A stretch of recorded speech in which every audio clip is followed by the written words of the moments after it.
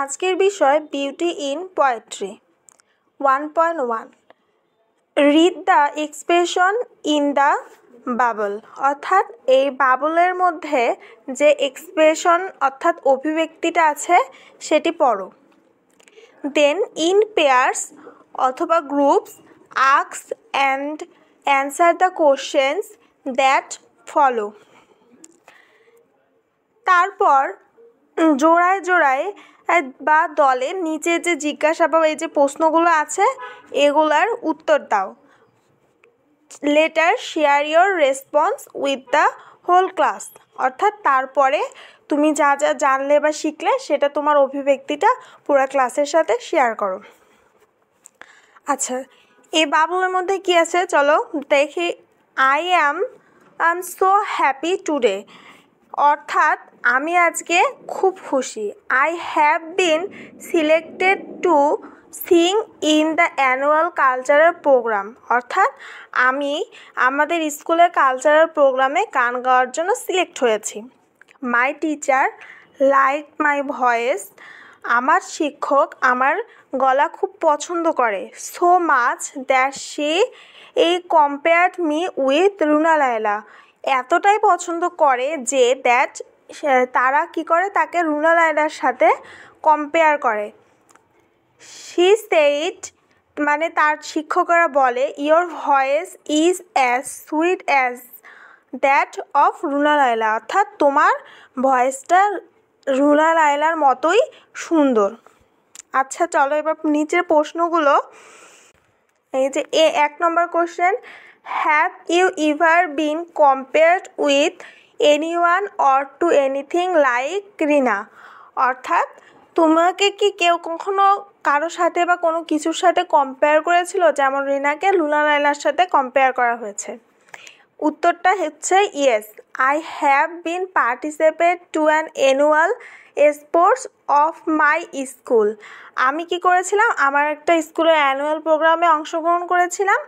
Then I have been compare with a cricketer তারপরে কি করা হলো আমাকে একজন ক্রিকেটারের সাথে কম্পেয়ার করা হয়েছিল। পরের প্রশ্ন হচ্ছে হুম অথবা what have you been compare to এখানে হুম আর হোয়াট বলা হয়েছে কারণ হুমটা হচ্ছে আমরা যখন কোনো বস্তুকে আইডেন্টিফাই করতে চাই বস্তুর জন্য হুম আসে আর কোনো ব্যক্তির জন্য হোয়াট আসে। তাহলে এর উত্তর হবে I have been compared with cricketer Shakib Al Hasan.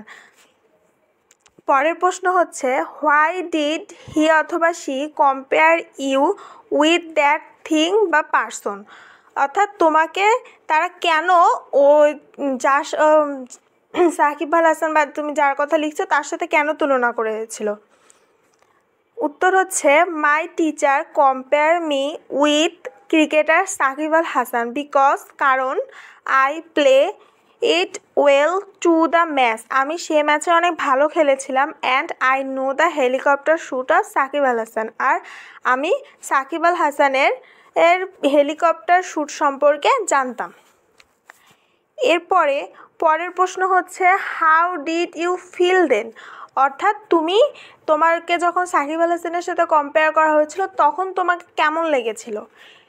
উত্তর হচ্ছে when I was compared to him then I feel very happy and proud অর্থাৎ আমাকে যখন তার সাথে কম্পেয়ার করা হয়েছিল আমি তখন গর্ববোধ করেছিলাম এবং অনেক আনন্দিত ছিলাম। নম্বর প্রশ্ন হচ্ছে do you think that comparing one thing to another similar thing help us to understand something অথবা someone better if yes how অর্থ হচ্ছে তুমি কি মনে করো আমরা যখন কোনো কিছু পড়তে যাই তখন সেটাকে আমরা যদি অন্য কিছুর সাথে কম্পেয়ার করা মানে তুলনা করে পড়ি বা কিছু করি তখন কি সেটা আমাদের বুঝতে সুবিধা হয় তাড়াতাড়ি হয়। যদি তোমার উত্তর হয় হ্যাঁ তাহলে কিভাবে।